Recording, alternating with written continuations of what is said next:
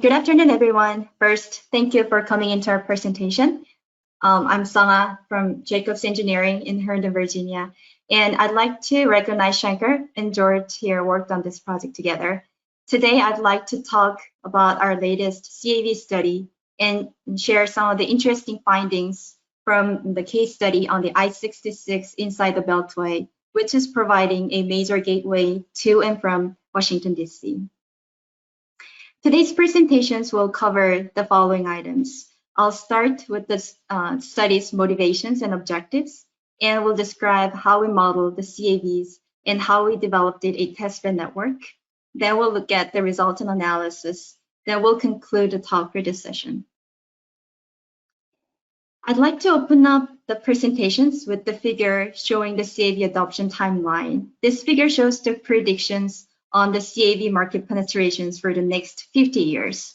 According to this figure, we are expected to see the half of the new vehicles are autonomous by 2040 and having the half of the vehicles on the roadway as autonomous by 2045 and possibly longer due to the technical challenges or user preferences. And for at least the next 50 years, or most likely for much longer time, we'll be seeing that human drivers and CAVs are sharing a roadway in some type of mixes and interact with each other in various situations. An important operations issue here is how do we handle the operations analysis under such mixed traffic. It's not as simple as just picking up a middle point between the cases of all human drivers and all CAV cases. It would be a bit more complicated because we should consider the collective effects of human drivers following the CAVs and CAVs following the human drivers. Specifically, in all human drivers case, we could use a Wiedemann car following model. It is stochastic based model and reflects human psychophysical aspects to emulate how we drive as a human.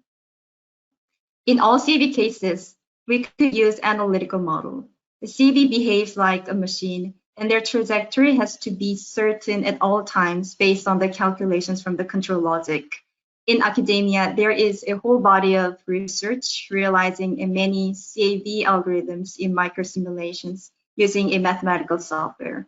But how about coexistence case? How can we integrate those two agents in microsimulation? In this industry, one of the most common way to replicate CAV behaviors in microsimulation is the simplified approach proposed from the Coexist project. We modify the set of driving behaviors parameters in a way to represent the CAV behaviors. Those parameters basically indicate shorter headway, bigger acceleration, deceleration threshold to basically allow them to drive more aggressively compared to the human drivers. Obviously, this has been the most efficient way to model CAV and helped us understand the impacts from the CAV to transportation network. However, this approach might have limitations in a couple of aspects. One, the model cannot be translated into a numerical functions. The model is composed of a multiple curves, and each curve represents a different driving states like free flow, approaching, and following. And within each domain, it is implicit on how the driving behavior parameters like CC0 through CC9 would impact altogether on the output behavior. Second, this approach assumes a human's perception reaction factor. For human drivers, it takes time for us to perceive the situation and process the information and decide upon the response, especially when the vehicle is closely following the vehicle ahead. Such human factors would make the output behaviors fundamentally different from what CAVs are supposed to behave. So in this study, we had three goals. One, we aimed to implement IDM control logic to replicate the CAV behaviors using the PTV API module. Two, we tested various CAV market penetration scenarios in different roadway facilities including freeways, arterials, and intersections. 3, we replicated the simplified CAV modeling approach and assessed how the operations results are compared between the two CAV modeling approaches. In our study, we used intelligent driver model to develop CAV behaviors. IDM is mostly widely accepted for CAV modeling, and the function is given as in this expression. A key differentiator from a simplified CAV modeling approach is that IDM combines the acceleration segment and deceleration strategy in the function. Acceleration strategy bases off the speed ratio of the current speed against the desired speed to generate the speed profile. Basically, it's trying to converge to a desired speed as it's approaching to a vehicle ahead. The deceleration strategy uses a distance ratio of the current gap distance against the optimal gap. The optimal gap distance is denoted as S star down here. So when a vehicle is closely following the vehicle and constantly shifts the driving state, these two parts are become relevant and give a smooth speed profile while vehicle transfer between accelerating and decelerating. So this figure in the left is showing at conceptual level how the IDM would work in the vehicle fleet. In this plot, the x-axis, is everything fine? I am getting an alert. Yeah, so far so good. We can still hear you and see your slide. Okay, sounds good. So the x-axis is time and y-axis is the distance traveled. And blue line represents human drivers and red line is CAVs. So in this graph, the slope of the curve is the speed. So bigger the slope, the faster the vehicle moves. And as the slope becomes smaller, you're reducing your speed. So for example here, the first vehicle made a sudden speed change and the following vehicles had to reduce their speed at a bigger deceleration rate with all that human factors we discussed. And this third vehicle almost made a stop and go here. However, the IDM CAV would drive at a smooth trajectory against those speed changes of vehicle ahead while suppressing the traffic fluctuations. This would help mitigate such chain reaction of traffic oscillations. This figure shows how the simulation setting is framed upon API interface. The simulation testbed network was developed in VISM, and the IDM function was coded in C++ language, and we compiled it into DLL interface programming to allow the data exchange with other external programs like VISM. So during the simulation, DLL program gets the input about the vehicle state from the simulator and calculates the acceleration for the next time interval and feeds that info back to the VISM. Then VISM takes that info, moving the CAVs as directed while aligning the human driver's positions based on the VISM's car following model. This communication happens at every 10th of a second to fully capture the interactions between the human drivers and CAVs. The mobility measures are throughputs, average, and vehicle trajectories, which were directly obtained from VISM. In this study, while we are assessing the operational impacts from the IDM CAVs, we also wanted to compare the results from the simplified CAV modeling approach that is commonly used in practice. So we replicated the simplified modeling approach by modifying the behavior factors in VISM. We expect CAVs to behave very deterministic way. So we reduce the spread of the values related to accelerations and deceleration behaviors, basically putting the minimum and maximum curves to the median curves as shown in this figure. Also, we modified the driving behavior parameters as suggested from the Coexist project. This table is brought from their study report and showing the values that we used for parameters. Basically, the parameters were adjusted to reflect the smaller oscillations and to accept smaller gaps for lane changes and etc. For our test bed, we used I-66 corridor, which is the only interstate highway that runs east-west, connecting Northern Virginia and Washington, D.C. The study area is composed of 6+ miles of freeway and 31 intersections within the study area. Here we listed some of the key assumptions we made for the network model. We used 2025 forecasted demands, and we also assumed all background projects by the time of 2025. Second, the express lane operation is only active for the peak directions during the peak hours, and there's no restrictions on the off-peak directions. For example, the eastbound I-66 is peak during the morning period for the inbound traffic to DC, and we have express lane operated with the HNTB restrictions, while the off-peak direction of westbound holds no restrictions. And same thing for the westbound in the PM, but in the opposite directions. This slide shows the summary of baseline operations conditions during the peak hours. When we're testing the various CAV market penetrations, we used this case for all human cases or 0% CAV. During the AM peak, we have no congestions on the eastbound because we have express lane operated, but we see a severe congestions on the westbound, and we have a major bottleneck at the off-ramp to Route 29 in Falls Church, where we have high weaving volumes within the short weaving segments, and the queue stretches up to nearly Route 29 in Arlington.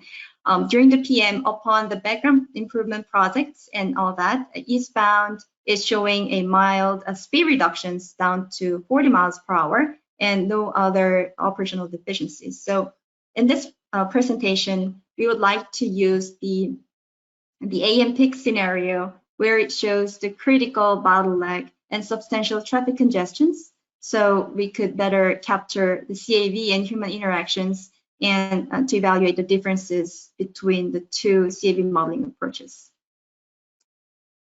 I'd like to discuss the results from this slide.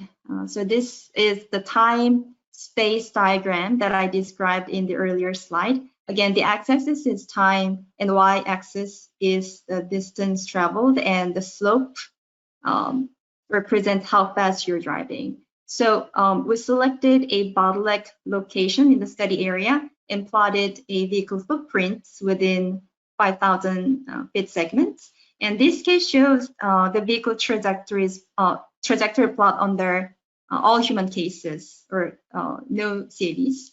So at the bottleneck, the capacity is reduced and density gets high. So we as human drivers, we often make sudden and jerky moves, which makes us feel like we're going faster. And this makes a disruptions to traffic, and it gets easily growing by the collective effects, and we end up having a stop and go oscillations. We can see the shockwave propagating backwards while the fluctuation is being amplified towards the back of the queue. Now we are introducing CAVs on the 10% of total traffic. We have our simulation results on the right and compared it with the simplified CAV modeling approach on the left. In this plot, the red line represents CAVs and gray lines are human drivers. In both cases, the congestions has been mitigated compared to the all human drivers case, but this was achieved by different mechanisms behind. In the IDM cases, those 10% of CAVs follow the vehicle ahead in a smooth trajectories and help suppressing the traffic fluctuations. And this mitigates the chain reactions of the traffic fluctuations and end up reducing the queue length. However, in the simplified CAV modeling approach, the CAV is not about making the smooth trajectories, but it's improving the traffic conditions by increasing the capacity, basically making the vehicle to drive more closely. They're pushing more throughputs through the bottleneck, so they are able to reduce the queue length. The visual observations on the plots show how different the CAVs drive as it's going through the queue. The IDM is showing much smoother trajectories, while the simplified model shows a sudden moves at the shock waves like human drivers. Here's the CAV 20% results. Previous observations are more clear in higher CAV penetrations. In the left figure, even though the queue length may be shorter, how the CAV handles the shock wave is not very different from the human drivers. However, in the IDM case, the CAV is making a smooth footprint as it encounters the shock wave. When CAVs are less densely positioned, the smoothing effects may not be as effective as we see in the other side of the higher density of CAVs. Such smoothing effects increases as CAV penetration rates goes up. This slide shows the traffic congestion map on the freeway peak directions. Also, the results from CAV penetrations 0 to 100%. And this shows how the increasing CAV would help improving the corridor-wide performance and the queue length between the two modeling approaches. The bottleneck disappear at 50% in the simplified CAV modeling approach, while at 70% in the IDM. Again, the effects may seem not very different from this angle, but if we dig into a vehicle-to-vehicle level, the CAV behaves fundamentally different. And chances are, it depends on the site locations and traffic volume levels, the operation results may end up showing totally different picture. This slide shows the travel time comparisons. So we measured a travel time for each trip, and within the travel time range, we counted how many vehicles falls into each travel time window to create this distribution plot. And we put all the CAV market penetrations results together overlaid. We wanted to look at how travel time data dispersed to assess the travel time reliability. The travel time reliability indicates how consistent the travel time is when we're making multiple trips in the same routes. As the travel time distribution converges into a certain level, this would show a low dispersion in the curve, and it means higher chances of having the similar travel time within the certain range. And this indicates being reliable when making multiple trips. Similarly, as we are including more trips with congestions, we would have higher dispersions covering wide range of travel times, which means less reliable in travel times. This figure shows that we are benefiting from not only reducing the average speed, but also improving the travel time reliability in both cases of CAV as the CAV penetration increases. Up to this point, we have been discussed about the operations analysis of freeways. In this slide, I would like to show the intersection operations results. Within the study area, we have 31 intersections, including the ramp terminal intersections and arterial local intersections. In this slide, each pie represents the level of service breakdown for the 31 intersections in the study area, and we are showing the cases of CAV 0%, 30%, and 60%. Under the simplified CAV modeling approach, the CAV penetration does not necessarily help improving the intersection operations and rather showed mixed results. This could be because the freeway operates more freely and traffic is getting down to the arterials at higher rate and giving more stress to the intersections. However, under IDM cases, the intersection operation improves as the market penetration increases. At CAV 30%, we have no intersections failing in F, and at CAV 60%, we have all intersections level of service D or better. And this result aligns well with the literature reviews that CAV would help intersection operations by reducing the loss times at the signal changes and improving the saturation flow rate and affecting the gap acceptance behavior when making permissive turns. In summary, in this study, we were able to demonstrate that VISIM could be used for modeling the future driving behaviors and testing different CAV algorithms.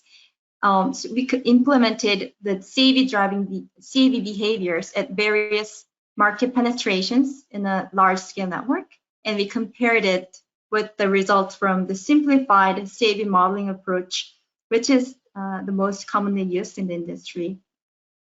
Based on our results of the case study, the IDM-based approach appeared conservative in improving Fourier operations compared to the simplified modeling approach, but the IDM approach was shown more realistic in modeling CAVs on the outer rails and intersections. Also, here we'd like to share some of the practical challenges that we have went through. First, we had to handle numerous simulation runs for replicating the various CAV market penetrations and multiple random sets, and had to deal with the simulation and the simulation output data required data expensive tasks. So we developed a sophisticated tool, a set of spreadsheets scripted in Python to automatically process the VISIM outputs into a presentable product and to use for analysis. Also, there are some of the items that we can look into in our next steps of future study. We could explore how to quantify some of the outputs into meaningful metrics, such as the string stability of the vehicle fleet, loss times, and saturation flow rate, and also the gap acceptance behavior at intersections. So that concludes our presentation. Thank you for listening in, and we'll be happy to answer any questions you have. Yeah, thank you very much for the presentation. We do have some questions queued up here. First one is, can you recap what you would define as the main core differences between the simplified CAV and the IDM? So basically, the simplified CAV model is based off the Wiedemann car following model that is embedded in the PTV VISIM model. So the simplified CAV modeling is suggests modifying the parameters like the minimum headway or the safety minimum distance, those kind of things. So basically, we're calibrating how they behave to represent the CAVs. But fundamentally, the CAVs are expected to behave more deterministically without the human factors encountered. So that's IDM model.